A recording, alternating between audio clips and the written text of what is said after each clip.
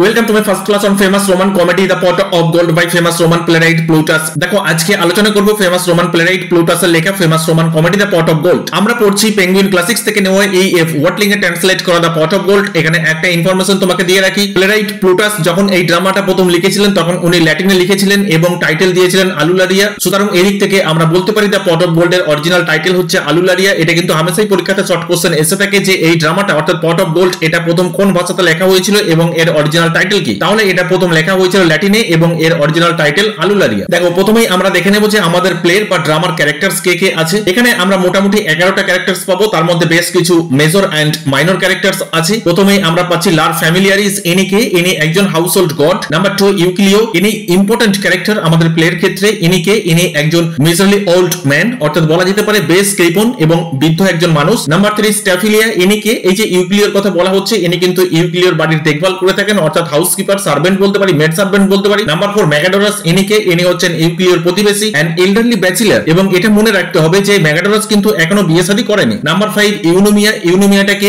ইনি হচ্ছেন ম্যাগাডোরাসের দিদি। এন্ড নাম্বার 6 লাইকনিডেস, ইনি কে? ইনি হচ্ছেন সন অফ ইউনোমিয়া, অর্থাৎ এই যে ম্যাগাডোরাসের দিদি ইউনোমিয়া তার একমাত্র ছেলে যার নাম হচ্ছে লাইকনিডেস। ক্লিয়ার? তাহলে এখন পর্যন্ত আমরা 6টা ক্যারেক্টারস পেলাম। এছাড়াও আরো বেশ কিছু ক্যারেক্টারস আছে, তার মধ্যে নাম্বার 1 স্টোভিলাস, ইনি কে? ইনি একজন স্টিওয়ার্ড বা সার্ভেন্ট, সেটা কার? সেটা ম্যাগাডোরাসের। নাম্বার 8 কনগ্রিও, ইনি কে? ইনি হচ্ছেন একজন cook hired by Megadorus. Number 9 Anthrax, another cook. Number 10 slave, এই স্লেভটা কার? লাইকনিডেসের স্লেভ। এন্ড নাম্বার 11 ফেড্রিয়া, ইনি কে? ইনি ডটার অফ ইউক্লিও। যদিও ফেড্রিয়াকে আমরা কখনোই স্টেজের উপরে দেখতে পারবো না, সুতরাং জাস্ট বিভিন্ন ক্যারেক্টারস এর মাধ্যমে এই ফেড্রিয়ার নাম আমরা শুনতে পারবো, এবং এই যে বিভিন্ন ক্যারেক্টার এই ফেড্রিয়ার নাম বলবে বা তাদের মুখ থেকে আমরা শুনতে পারবো, আমরা এটাও বুঝতে পারবো তাদের মুখ থেকে নামটা শোনার পর যে এই ফেড্রিয়া কতটা ইম্পর্টেন্ট রোল প্লে করে থাকে এই ড্রামাটার ক্ষেত্রে। এছাড়া আমরা এখানে দেখতে পাচ্ছি slaves, cooks and flute girls, এই সমস্ত ক্যারেক্টারস গুলো কিন্তু এখানে আছে। ক্লিয়ার হয়েছে? দেখো এরপরে আমরা দেখে নেব সেটিংস কি আছে আমাদের প্লে। এখানে প্রথমেই বলা হচ্ছে the scene is at Athens, অর্থাৎ এই ড্রামাটা সেটিংস রাখা হয়েছে এথেন্সে,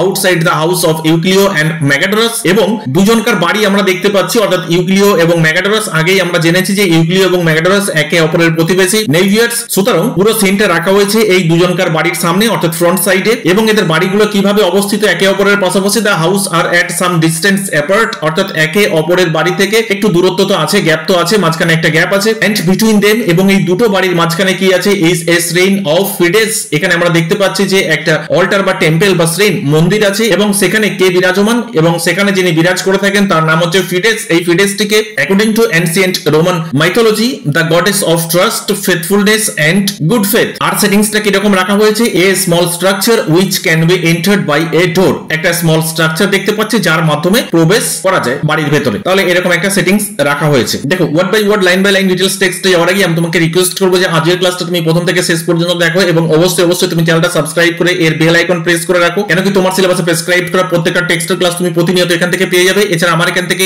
ইউজি এবং পিজির অনলাইন গাইডেন্স প্রোভাইড করা হয়ে থাকে। পিজির ক্ষেত্রে শুধুমাত্র নেতাজি সুভাষ ওপেন ইউনিভার্সিটি, এবং ইউজির ক্ষেত্রে কোন কোন ইউনিভার্সিটির অনলাইন গাইডেন্স প্রোভাইড করা হয় সেটা তুমি স্ক্রিনের উপরে দেখতেই পাচ্ছ। এখানে মোটামুটি 8টা ইউনিভার্সিটির নাম দেওয়া আছে, তার মধ্যে Netaji Subhas open university, autonomous colleges, Sidho Kanhu Birsa university, Bankura university, Rabindra Bharati university, Calcutta university, Burdwan university and Vidyasagar university, এই সকল ইউনিভার্সিটির অনলাইন গাইডেন্স প্রোভাইড করা হয়ে থাকে শুধুমাত্র ইউজির ক্ষেত্রে। পিজির ক্ষেত্রে বলে নেতাজি সুভাষ ওপেন ইউনিভার্সিটির অনলাইন গাইডেন্স প্রোভাইড করা হয়ে থাকে। এখানে একটা ইনফরমেশন তোমাকে দিয়ে রাখি, নেক্সট সেশন অথবা নেক্সট সেমিস্টারের জন্য কিন্তু এখনই আমার এখানে অ্যাডমিশন শুরু হয়ে গেছে। তুমি চাইলে অ্যাডমিশন নিতে পারো ডেসক্রিপশন বক্সে এবং স্ক্রিনের উপরে যে কন্টাক্ট ডিটেইলস দেখতে পাচ্ছ তার মাধ্যমে। So let's come to the text. দেখো the text the pot of gold, এখানে স্টেজ ডিরেকশন কি দেয়া আছে। এখানে আমরা প্রথমেই দেখতে পাচ্ছি লার অ্যাপিয়ার্স। এখানে লার বলতে কার কথা বলা হচ্ছে? সেই লার ফ্যামিলিয়ারিস, যিনি এখানে হাউসহোল্ড গড। আমরা প্রথমেই পেয়েছি ক্যারেক্টারস এর সম্পর্কে যখন ডিসকাস করেছি ফ্রম দ্য হাউস অফ ইউক্লিও, এবং এটাও আমরা দেখেছি যে এই যে ফ্যামিলিয়ারিস এর কথা বলা হচ্ছে ইনি কার হাউসহোল্ড গড? ইনি হচ্ছেন ইউক্লিওর household god. He addresses the audience, উনি স্টেজের উপরে আসছেন, অর্থাৎ এই ফ্যামিলিয়ারিস উনি স্টেজের উপরে আসছেন এবং এসে নিজের সম্পর্কে নিজে পরিচয় দিচ্ছেন। তাহলে প্রথমেই এই লার ফ্যামিলিয়ারিস উনি যেটা বলছেন এটাকে প্রোলগ হিসেবে প্রেজেন্ট করা হয়েছে। এটা কিন্তু খুব ইম্পর্টেন্ট পরীক্ষার ক্ষেত্রে, সিগনিফিকেন্স অফ প্রোলগ। ক্লিয়ার? লার ফ্যামিলিয়ারিস উনি প্রথমে কি বলছেন? স্টেজের উপরে এসে অডিয়েন্সের উদ্দেশ্য করে উনি বলছেন, in case you don't know who I am,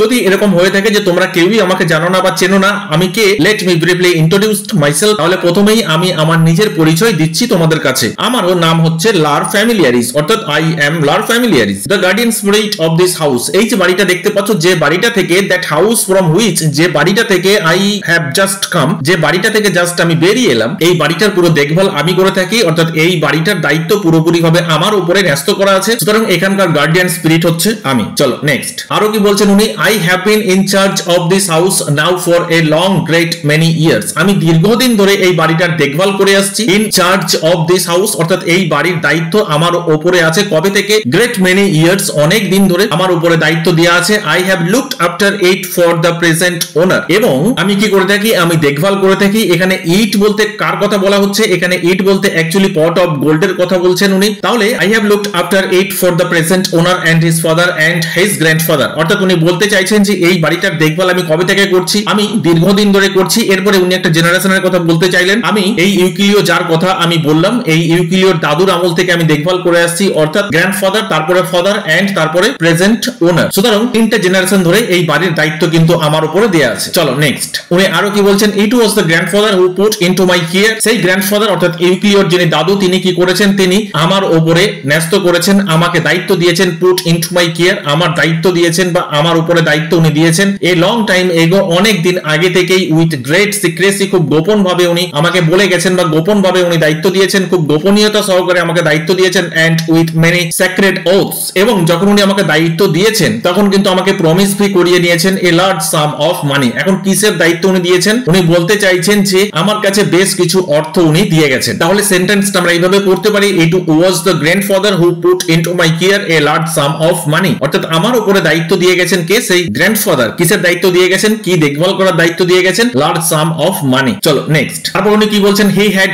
বুরিড it under the hearth of the central হল। এই যে বাড়িটা দেখা যাচ্ছে, এই বাড়ির যে সেন্ট্রাল হল, সেন্ট্রাল হলে একটা কি আছে, হার্থ আছে। হার্থ মিন্স আমরা বলতে পারি ফায়ার প্লেস। সেই ফায়ার প্লেসের নিচে কিন্তু উনি সেটা গোপন করে রেখেছেন, অর্থাৎ সেই ফায়ার প্লেসের নিচে কিন্তু এটা খুব গোপন ভাবে রাখা আছে। And he charged me on my honour to keep it safe for him, এবং উনি কে করেছেন, আমাকে চার্জ দিয়ে গেছেন বা আমাকে দায়িত্ব দিয়ে গেছেন on my order to keep ইট। এখানে ইট বলতে পট অফ গোল্ডের কথা উনি বলতে চাইছেন। Safe for him, safe for হিম বলতে ইউক্লিও, যাতে করে ইউক্লিওর জন্য এটা আমি খুব যত্ন করে রাখি। অন হিজ ডেথ বেড, যখন উনি মৃত্যুসজ্জায় শায়িত ছিলেন, ময়সার, উনি কিন্তু যথেষ্ট কৃপণ ছিলেন। দ্যাট হি ওয়াজ, উনি এতটাই কৃপণ ছিলেন, হি নেভার সেড ওয়ার্ড, উনি একটা কথাও বলে যাননি about the money to his son, অর্থাৎ সেই গ্র্যান্ডফাদার উনি কিন্তু এই ইউক্লিওর বাবাকে একটা কথাও বলে যাননি যে উনি কি রেখে যাচ্ছেন তার সন্তানের জন্য। চল নেক্সট, উনি আরো কি বলছেন, he would rather leave his own son a pauper, তার পরিবর্তে উনি কি করে গেছেন, তার পরিবর্তে উনি ওন সন্তানদের এইভাবে ছেড়ে রেখে গেছেন এ পপার। পপার মিন্স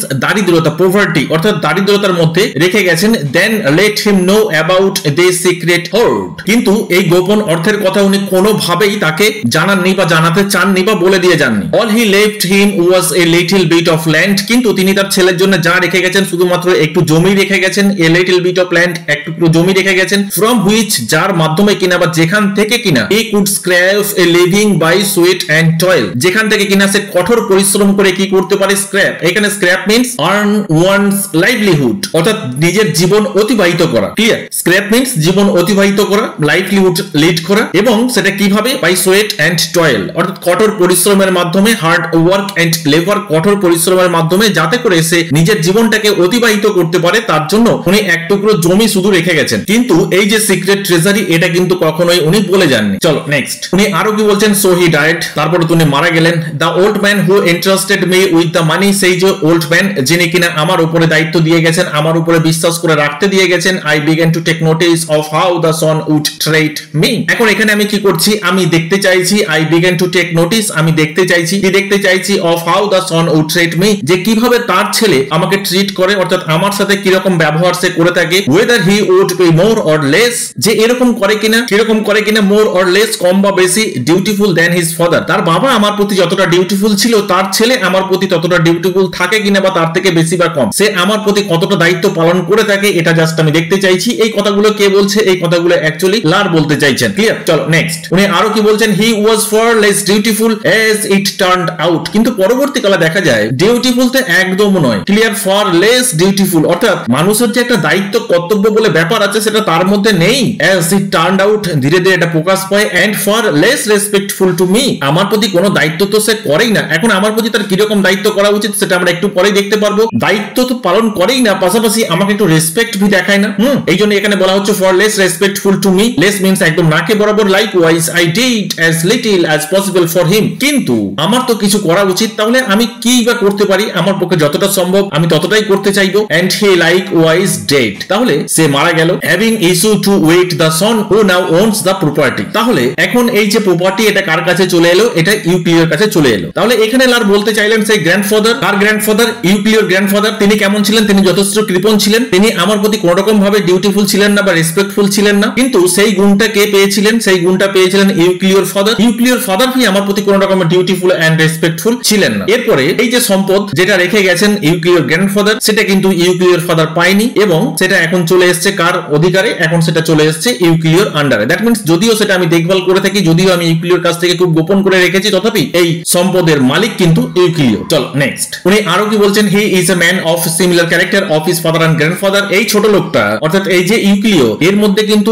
একই চরিত্র বর্তমান। কিরকম চরিত্র বর্তমান? সে আমাকে কোন রকম কোন রেসপেক্ট করে না, আমার প্রতি কোন রকম ভাবে সে তার ডিউটি পালন করে না। একই রকম চরিত্র কিন্তু তার মধ্যে আমি দেখতে পাই তার গ্র্যান্ডফাদার এবং ফাদারের যে চরিত্র ছিল। But he has a daughter. কিন্তু এখানে ইন্টারেস্টিং ব্যাপার, এই যে দেখো ফেড্রিয়ার কথা আমরা জানতে পারছি, but he has a daughter, কিন্তু এই ইউক্লিওর একটা মেয়ে আছে। He is very kind to me. সে কিন্তু আমার প্রতি যথেষ্টই রেসপেক্টফুল, যথেষ্টই ডিউটিফুল, সে যথেষ্টই আমাকে সম্মান জানিয়ে থাকে, সম্মান করে থাকে এবং আমার প্রতি বেশ দয়ালু। Bring me daily offerings of incense or wine or something and flowers too. সে কিন্তু প্রতিদিন কি করে থাকে? আমার পূজা অর্চনা করে থাকে। এই যে ডেইলি অফারিংস অফ ইনসেন্স, অর্থাৎ আমরা গডের প্রতি কিভাবে আমাদের ডিউটি পালন করে থাকি, নিশ্চয়ই ঈশ্বরের প্রতি আমাদের যে প্রার্থনা, সেই প্রার্থনা করি এবং তাকে সপ্তাহে একদিন হলেও আমরা পূজা অর্চনা দিয়ে থাকি, কিছু অফার করে থাকি, তাই না? এটাই বলা হচ্ছে offerings of incense and wine or something. তাহলে এখানে ফেড্রিয়া সে কিন্তু ডিউটিফুল। ফেড্রিয়া সে কিন্তু আমার কাছে এসে প্রার্থনা করে, আমার প্রার্থনা করে, আমার পূজা অর্চনা করে থাকে এবং যখন সে পূজা অর্চনা করে থাকে তখন সে কি করে? তখন ফ্লাওয়ার্স বলো, ওয়াইন বলো এবং বিভিন্ন নৈবেদ্য বলো সে অফার করে থাকে। এদিক থেকে কিন্তু লা ফ্যামিলিয়ারিস এই ফেড্রিয়ার প্রতি যথেষ্টই প্লিজড। চলো নেক্সট, আরো কি বলছেন? So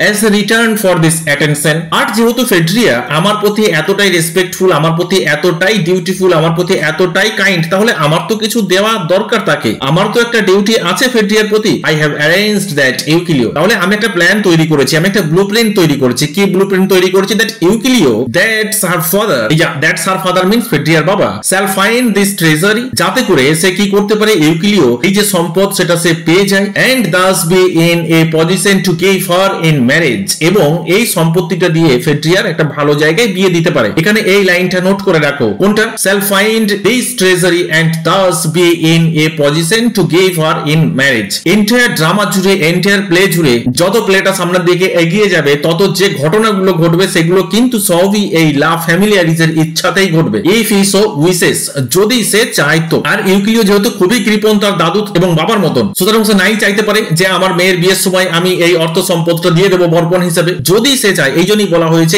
if he wishes so, যদি সে চায় তবেই কিন্তু সে এই অর্থটা দিয়ে তার মেয়ের বিয়ে দিতে পারে। কিন্তু যেহেতু সে কৃপণ, সে দেবে না, এটা আমি আশা করতেই পারি। এখানে লার এটা ভাবছে। চলো নেক্সট, আর উনি কি বলছেন? As a matter of fact a certain young man of good family has already been to bed with her. কিন্তু এখানে একটা কথা বলে রাখি, ঘটনাটা কি ঘটেছিল? এ সার্টেন ইয়ং ম্যান, একজন যুবক মানুষ কি করেছিল? যুবক ব্যক্তি অফ গুড ফ্যামিলি, যদিও সে একটা ভালো ফ্যামিলি থেকে বিলং করে, has already been to bed with her, সে কিন্তু তার সাথে একটা ফিজিক্যাল রিলেশন করে ফেলেছে, অর্থাৎ ফেড্রিয়ার সাথে বেড শেয়ার করেছে। একটা যুবক এবং একটা যুবতী যদি একটা বেড শেয়ার করে থাকে তাহলে তারা বেডে নিশ্চয়ই শুয়ে ঘুমাবে না, বেশ কিছু ঘটনা তারা ঘটাবে। এখানে লার এটাই বলতে চাইছে। কি বলতে চাইছে? এ certain young man of good family has already been to bed with her, অর্থাৎ ফেড্রিয়ার সাথে কিন্তু সে বেড শেয়ার করেছে। আর বেড শেয়ার যখন করেছে কিছু না কিছু তো ঘটেইছে, ডালমে কুচ কালা হ্যায়। He knows quite well who she is. এখানে এই যে ইয়ং ম্যান যার কথা বলা হচ্ছে, এ কিন্তু খুব ভালোভাবেই জানে যে এই মেয়েটিকে, অর্থাৎ ফেড্রিয়া, একে ভালোভাবেই চেনে, but she does not know who